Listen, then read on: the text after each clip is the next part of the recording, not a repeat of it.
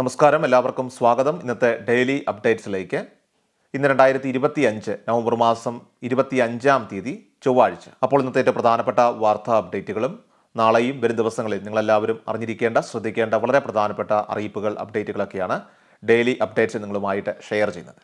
So എല്ലാ പ്രേക്ഷകരും പൂർണ്ണമായിട്ട് ഈ അപ്ഡേറ്റുകൾ ശ്രദ്ധിക്കുക. നിങ്ങളെല്ലാവരും വീഡിയോ ഒന്ന് ലൈക്ക് ചെയ്ത് എല്ലാ പ്രേക്ഷകരിലേക്കും മറക്കാതെ ഒന്ന് ഷെയർ ചെയ്ത് എത്തിക്കുക.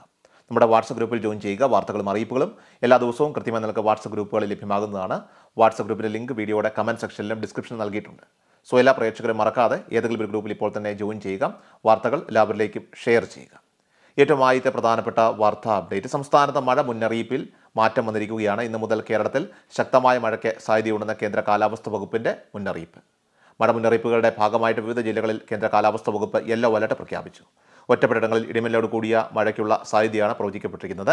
ഇന്ന് 25-ാം തീയതി തിരുവനന്തപുരം, കൊല്ലം, പത്തനംതിട്ട ജില്ലകളിലും നാളെ തിരുവനന്തപുരം, കൊല്ലം എന്നീ ജില്ലകളിലുമാണ് യെല്ലോ അലർട്ട്.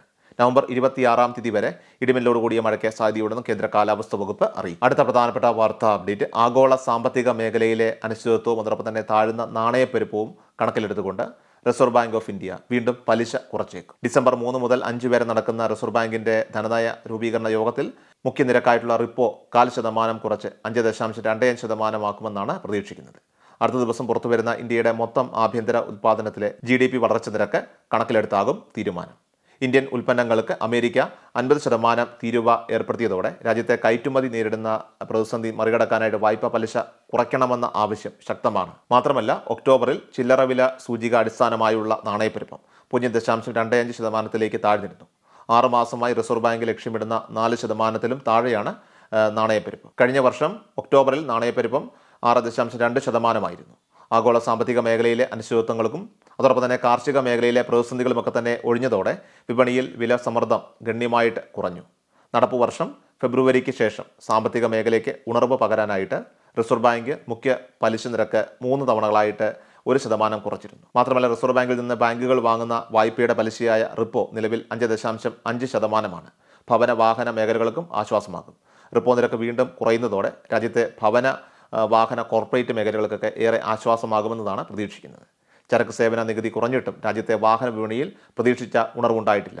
റിയൽ എസ്റ്റേറ്റ് മേഖലയിലും മാന്ദ്യം ഇപ്പോൾ ശക്തമാണ്. അടുത്ത പ്രധാനപ്പെട്ട വാർത്താ അപ്ഡേറ്റ്, സംസ്ഥാനത്ത് ഇന്ന് മുതൽ സാമൂഹ്യ സുരക്ഷാ ക്ഷേമ പെൻഷന്റെ വിതരണം തുടരുകയാണ്.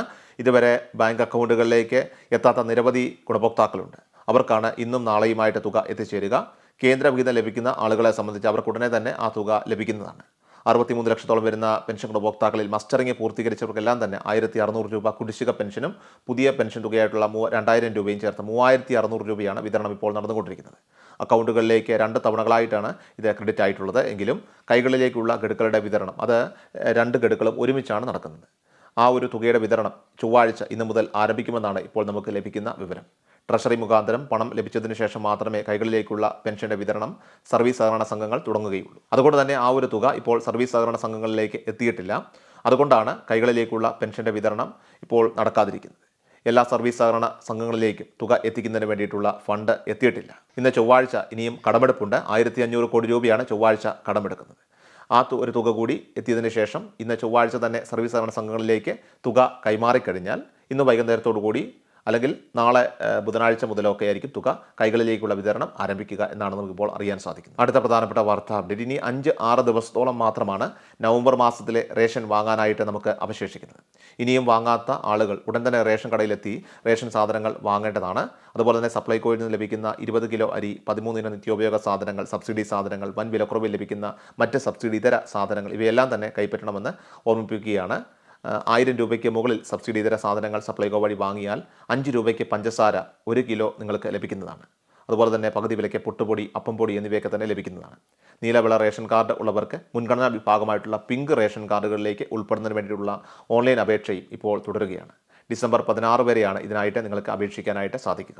അർഹതയുള്ളവർ അപേക്ഷ സമർപ്പിക്കണമെന്ന് കൂടി ഈ നിമിഷം ഓർമ്മിപ്പിക്കുകയാണ്. ഏറ്റവും അവസാനമായിട്ട് സംസ്ഥാനത്തെ സ്വർണ്ണവില പരിശോധിച്ചാൽ സംസ്ഥാനത്ത് ഇന്നലെ നവംബർ 24-ാം തീയതി തിങ്കളാഴ്ച സ്വർണ്ണവിലയിൽ ഇടിവ് രേഖപ്പെടുത്തി. 22 കാരറ്റ് സ്വർണ്ണത്തിന് ഗ്രാമിന് 65 രൂപ കുറഞ്ഞ് 11,470 രൂപയും പവന് 520 രൂപ കുറഞ്ഞ് 91,760 രൂപയിലുമാണ് വ്യാപാരം പുരോഗമിച്ചത്. ശനിയാഴ്ച നവംബർ 22-ാം തീയതി 22 കാരറ്റ് സ്വർണ്ണത്തിന് ഗ്രാമിന് 170 രൂപ വർദ്ധിച്ച് 11,535 രൂപയിലും പവന് 1,360 രൂപ കൂടി 92,280 രൂപയിലുമായിരുന്നു വ്യാപാരം പുരോഗമിച്ചത്.